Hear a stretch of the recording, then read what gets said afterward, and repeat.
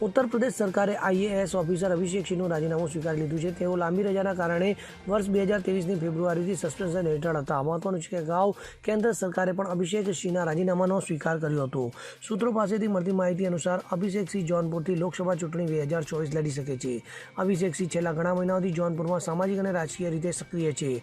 અભિષેક સિંહને વર્ષ 2015માં 3 વર્ષ માટે ડેપ્યુટેશન પર દિલ્હી મૂકવામાં આવ્યા હતા, જે પછી વર્ષ 2018માં તેમનો સમયગાળો 2 વર્ષ માટે લંબાવવામાં આવ્યો હતો, પરંતુ તે સમયે અભિષેક સિંહ તબીબી રજા પર જતા રહ્યા હતા. આ પછી દિલ્હી સરકારે અભિષેક સિંહને મૂળ કેડર યુપી મોકલ્યા હતા. તો લાંબા સમયની રજા બાદ તેઓ વર્ષ 2022ની 30મી જૂને ફરજ પર જોડાયા હતા. તો અભિષેક સિંહને વર્ષ 2022માં ગુજરાત વિધાનસભા ચૂંટણી માટે ભારતના ચૂંટણી પંચ દ્વારા નિરીક્ષક બનાવ્યા હતા.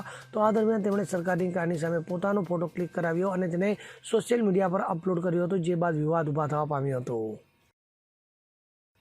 Bureau report, CN24 news. હવે જુઓ દેશ દુનિયાની તમામ ખબરો તમારી આંગળીના ટેરવે. ઉઠાવો મોબાઈલ અને Google Play Store પરથી ડાઉનલોડ કરો અમારી CN24 ન્યૂઝ મોબાઈલ એપ.